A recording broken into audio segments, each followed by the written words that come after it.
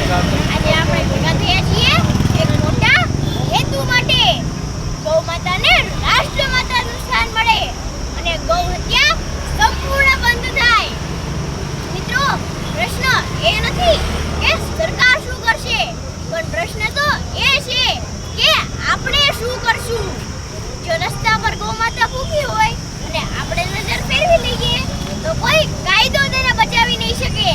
અને જો ગૌશાળા સંઘર્ષ કરી રહી હોય અને આપણે ચૂપ રહીએ તો કોઈ અભિયાન પૂરતું નહીં પડે.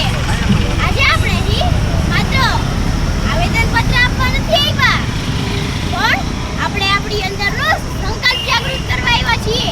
તો ચાલો આપણે સૌ મળીને એક સંકલ્પ લઈએ કે દરરોજ નહીં તો ક્યારે ગૌ સેવા તો જરૂર કરશું અને જ્યાં જ્યાં જરૂર હશે ત્યાં સહયોગ આપશું અને જ્યાં અન્યાય દેખાશે ત્યાં મૌન નહીં રહીએ. કારણ કે બદલાવ માત્ર કાયદાથી નથી આવતો, બદલાવ સંસ્કાર, સેવા અને સંકલ્પથી આવે છે. અંતમાં હું એટલું જ કહું છું, જે ગૌ માતાની રક્ષા થાય છે ત્યાં સમાજની આત્મા હંમેશા સુરક્ષિત રહે છે. સનાતન ધર્મમાં દરેક પ્રાણીનું મહત્વ છે, પણ ગૌ માતાને આપણી સંસ્કૃતિમાં માતાનો દરજ્જો આપવામાં આવ્યો છે. માન્યતા છે કે ગૌ માતામાં 33 કોટી દેવતાઓનો વાસ છે. ગૌ માતાની સેવા અને સંભાળ કરવી એ આપણા દરેકની ફરજ છે. આ જ ફરજ રાજકોટના ગૌ પ્રેમીઓ નિભાવી રહ્યા છે.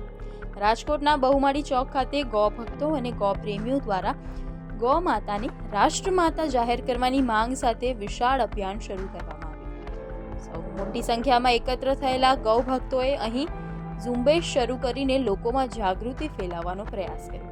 લાંબા સમયથી ચાલી રહેલી આ ચળવળને હવે વધુ મજબૂત બનાવવા માટે નવા અભિગમ સાથે અભિયાન હાથ ધરાયું છે.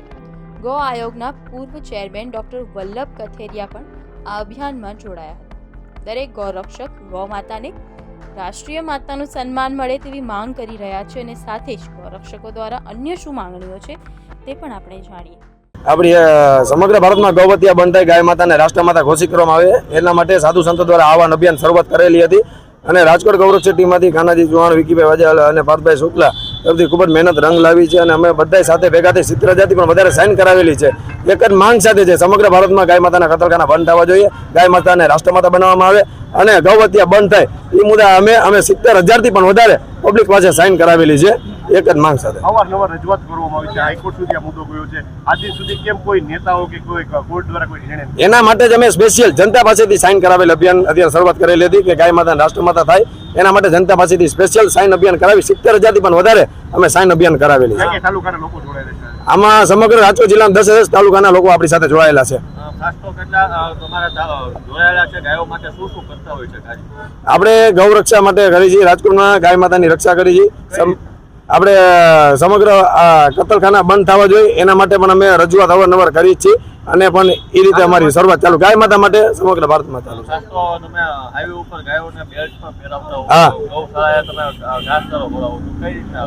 અને રેડિયમ બેલ પહેરાવાનું પણ અભિયાન અમારે ચાલુ જ હતું, કારણ કે રેડિયમ બેલ પહેરાવવાથી અમે છેલ્લે અભિયાન ચાલુ કર્યું હતું કે રાજકોટમાં ઉત્તર દક્ષિણ પૂર્વ પછી 4 ભાગમાં અમે ઘણા બધા બેલ પણ પહેરાવ્યા હતા કે એક્સિડન્ટ ન થાય અને એનાથી કોઈ પણ વાહન આવતો હોય લાઇટ ટ્રક લઈને તો એને પણ સામેથી લાઇટ એની ફોકસ પડે એમાં રેડિયમ હોય તો એને દેખાઈ જાય સામે કોઈક જીવ છે અથવા ગૌવંશ કોઈ બેઠું છે તો એને અમે બ્રેક પાડી દે તો ગાડી ધીમી થઈ જાય, એને થોડુંક ખ્યાલ પડે એના માટે. ગૌ માતાને રાષ્ટ્રમાતા જાહેર કરવાની માંગ સાથે શરૂ થયેલું આ અભિયાન હવે રાજ્યભરમાં વધુ વેગ પકડે તેવી શક્યતા વ્યક્ત કરવામાં આવી છે. આવા જ બીજા માહિતીસભર વિડીયોઝ માટે જોડાયેલા રહો મુંબઈ સમાચાર સાથે અને અમારી ચેનલને લાઇક, શેર અને સબસ્ક્રાઇબ કરવાનું ભૂલશો નહીં.